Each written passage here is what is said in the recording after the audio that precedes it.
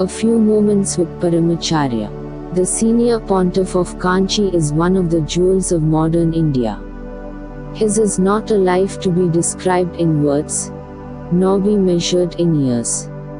He presents some elemental moral force of a type which only India can produce and has produced over the centuries. A tremendous moral force, a man who combines a knowledge of various languages. He knows Tamil, Telugu, Hindi and Marathi and I don't know how many other languages.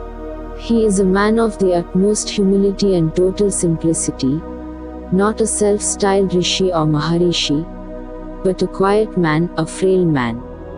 But this frail human being pits his personality against the brute force which rules over the world today.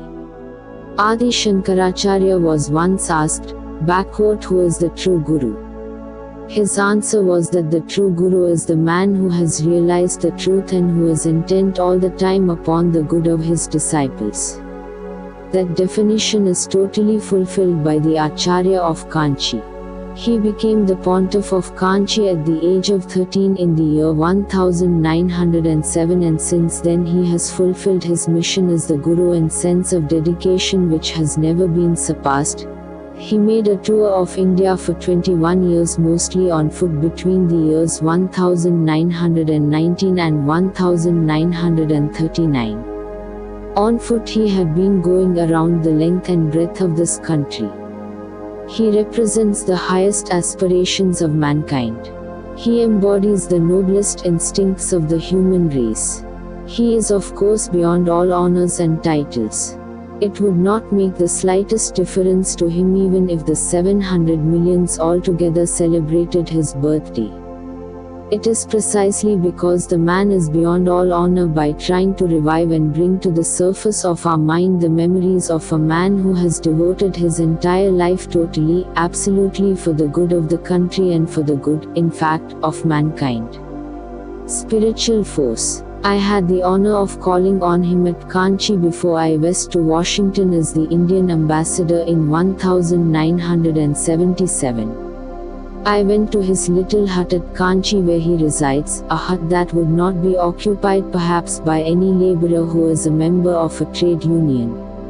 He eats food which contains nothing comparable to the calories which are supposed to be essential for a man's life and health.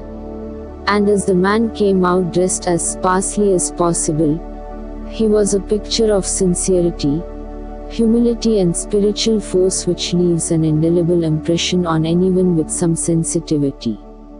I thought that here was a man who was in total harmony with the elements around him, with nature.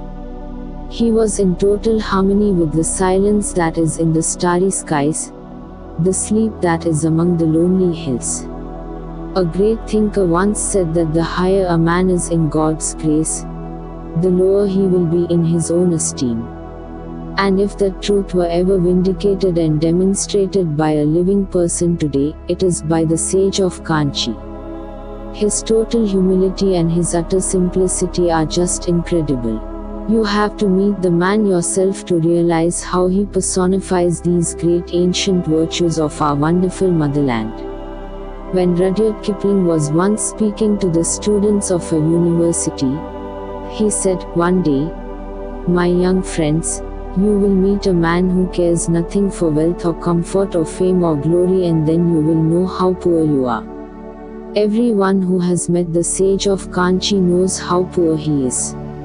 Inward transformation. Once Paul Brunton, a famous English writer and journalist, called on the sage before he wrote his book called A Search of Secret India, and at that time a conversation took place between Mr. Brunton and the sage of Kanchi. The sage of Kanchi told Brunton that the inward transformation of a man was the precondition for a better world. You must have transformation from within. Those who have read Shri Aurobindo's work would know that this is the main thesis of his philosophy. The transformation must come from within. Unless it comes from within, there is just no hope for the survival, the well-being, the betterment of the human race.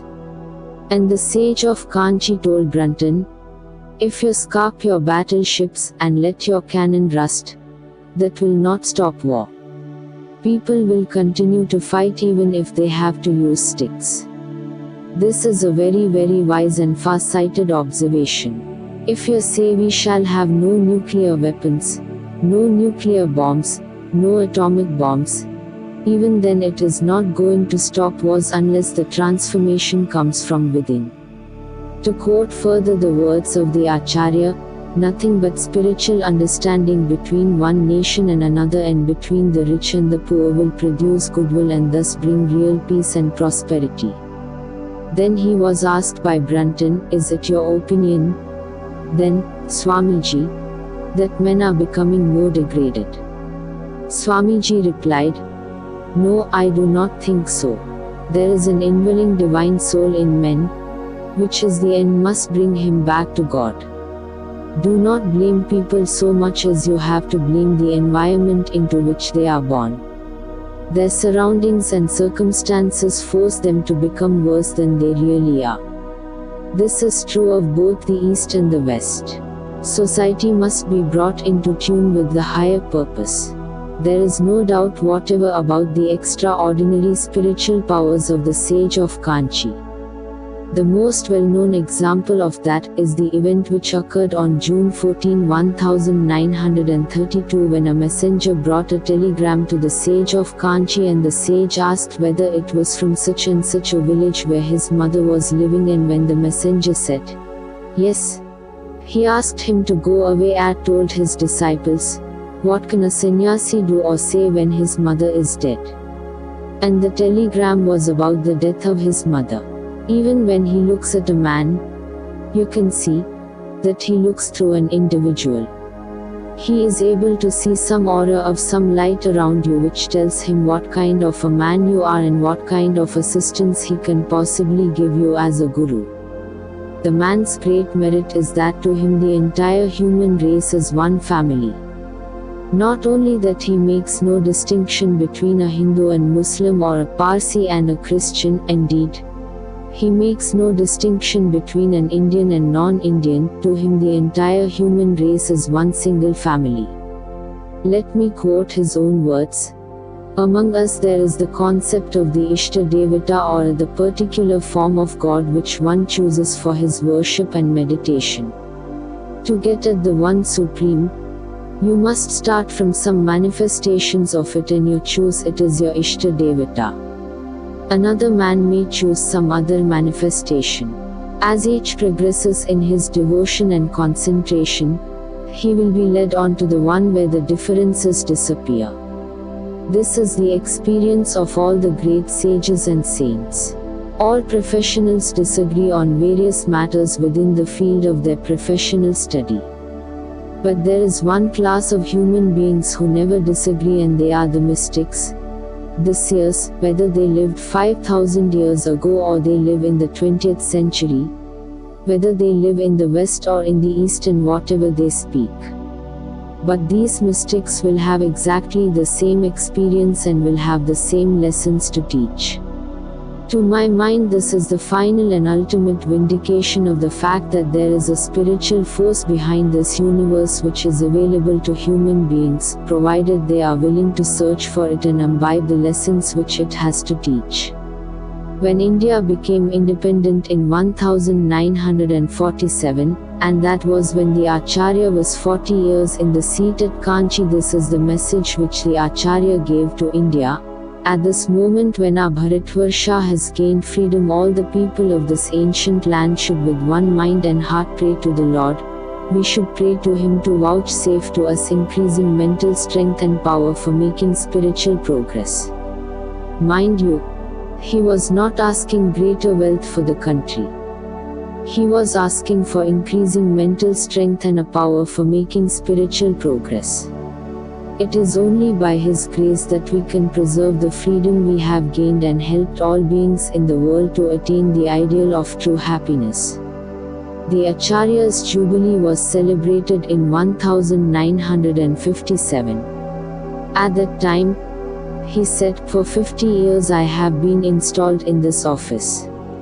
The race is practically over, but the work is never done, while the power to work remains.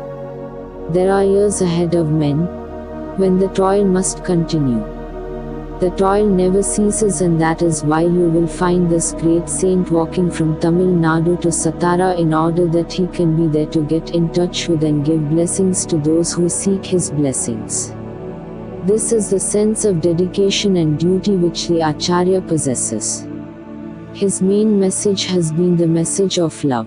O love that will not let me go. I yield my weary soul to thee. I give thee back the life I owe, that in thine ocean depths its flow may richer purer be. N.E. Palkiwala.